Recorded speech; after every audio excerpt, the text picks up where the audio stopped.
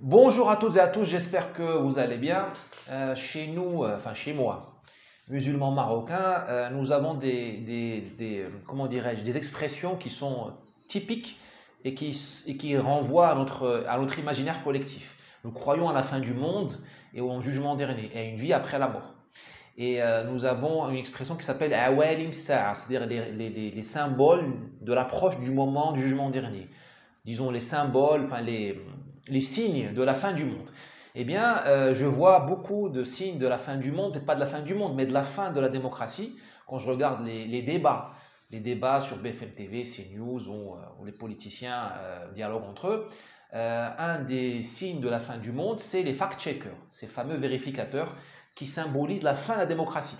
Parce qu'aujourd'hui, tu es un type qui veut devenir président de la République, c'est pas rien, c'est le roi républicain. Le type, il est interrompu toutes les 5 minutes par un jeune stagiaire qui n'a même pas fait l'ENA ou Normal Sup, hein, il est le porte-parole de Google et de Wikipédia, qui va lui dire non, là tu t'es trompé sur le nombre d'oiseaux migrateurs qui voyagent de la Mongolie vers la Russie, tu t'es trompé sur le nombre de centrales nucléaires.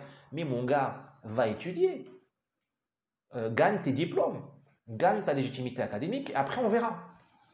Et à la limite, c'est pas à toi de contredire l'homme politique. C'est à l'homme politique de l'opposition, c'est à l'adversaire de contredire les choses qui ne lui plaisent pas ou qui ne sont pas justes ou exactes.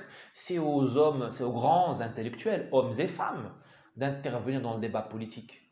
C'est à eux de dire, voilà, ici Mélenchon, tu dis une bêtise, ici Zemmour, tu n'es pas exact, ici Xavier Bertrand, tu as donné une... Enfin, voilà.